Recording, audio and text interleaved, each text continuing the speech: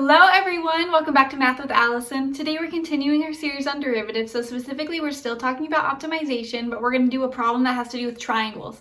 So let's go ahead and dive into it. The question asks, an 8-foot fence runs parallel to the side of a house 3 feet away. What is the length of the shortest ladder that clears the fence and reaches the house? So I drew us a little picture here. We have the fence, we have the house, we have the ladder. I know between the fence and the house it's 3 feet, and I know the fence is 8 feet tall. So let's go ahead and draw out a diagram because I think it's always great to draw out pictures.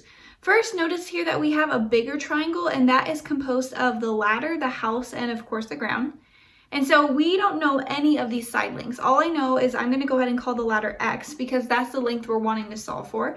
And then I can just randomly label everything else. So if we wanted, we could call the house H. Doesn't matter.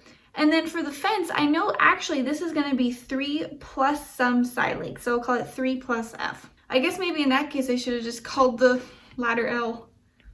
Literally doesn't matter. So I know I have some side lengths right here. And of course, within this triangle, we have a smaller triangle. So if we remember, when two triangles are composed together like this, they're called similar triangles. And there's some fun properties about them. But if I label this one, I know this right here is going to be 8. And this little one is going to be the F because this guy over here was equal to 3. And so that's why the entire side length is equal to 3 plus F. So let's go ahead and talk about some equations that we need to use. There's always the very nice one, the Pythagorean theorem. And so this one would give us that L squared is equal to H squared plus that whole 3 plus F quantity squared. We also have another equation that uses the similarity of triangles. So if we remember, we can go ahead and set up an equation using similar side lengths. So I know that H and 8 are similar side lengths. So I'm going to go ahead and start up the fractions. H over something is equal to 8 over something. And we need to go ahead and set up another equation. So I'm going to go ahead and use this entire 3 plus F, which is compared to F. And I'll go ahead and fill that in. So this equation is actually going to be our constraint because we're constrained to the 8 feet tall fence and the 3 feet away from the house. So what we always want to do with the constraint is we want to go ahead and solve for a variable. So in this case, I have multiple F's, and so I'm just going to make it easy and go ahead and solve for H because H is almost all by itself already. So if I multiply that 3 plus F over, I get H is equal to 8 times 3 plus F, and then all of this is divided by F. So what we do with this variable is we want to go ahead and replace it in our other equation because this is going to be the equation that we're trying to optimize. We're trying to make L as little as possible, so we need to find its local minimum. So let's go ahead and plug that in. So I'm going to try to clean this up a little bit before we go ahead and take the derivative. I'm going to go ahead and distribute the square. And right here, I notice that they all have a 3 plus F quantity squared. And so I'm just going to go ahead and pull that out. I get that pulled out. And so now I have my leftovers. And first 64 over F squared. And then I have a 1 remainder. So now that this looks a bit more clean, I'm going to go ahead and try to take the derivative. Notice that we're taking the derivative of L squared. That's fine. We just have to account back for it when we find the final answer. So what this will look like is L squared, the first derivative of that. And so now what we're going to go ahead and have to use is product rule. So we have 3 plus F quantity squared as the first one, and then this guy over here is going to be your second one. So I'm going to go ahead and set that up. So let's find our derivatives. On this first one, our derivative is going to be 2, 3 plus F to the power of 1.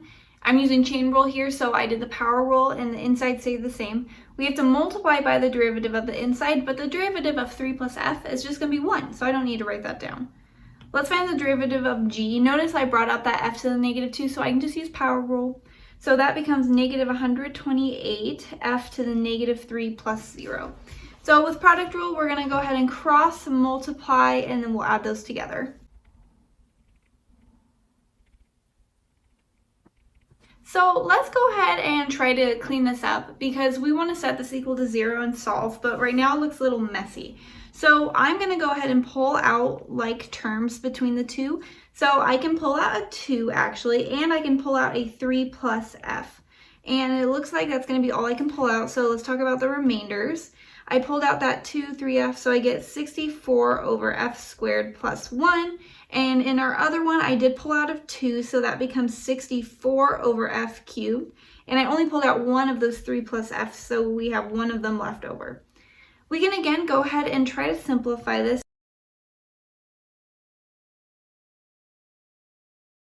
Okay, notice here we have some terms that cancel out, which we love when that happens, so I'll go ahead and rewrite this.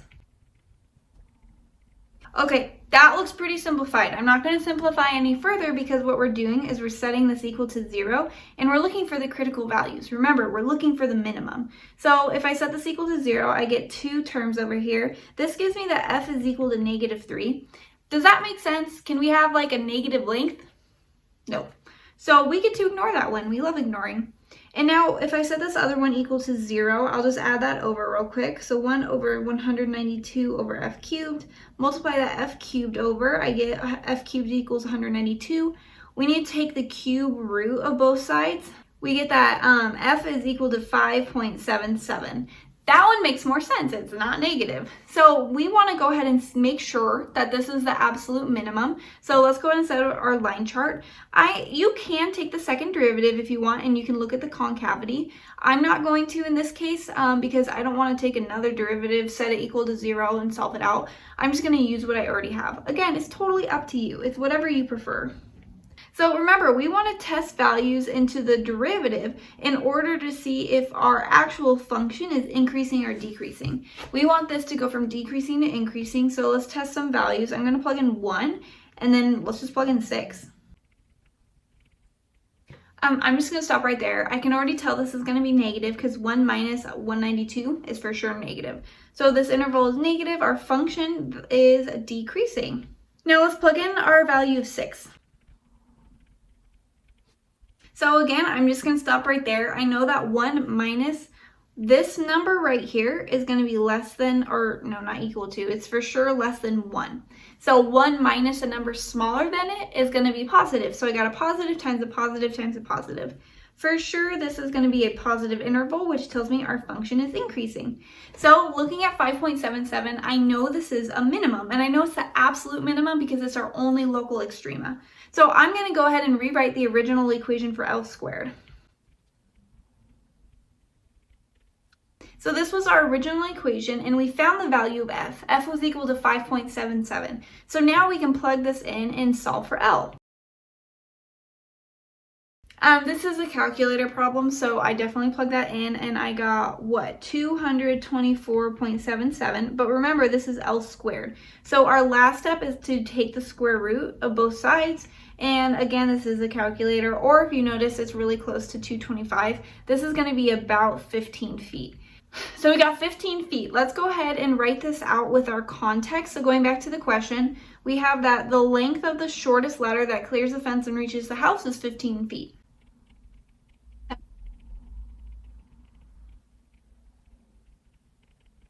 Like I said, make sure to write in that 5.77 was the minimum if your professor prefers it.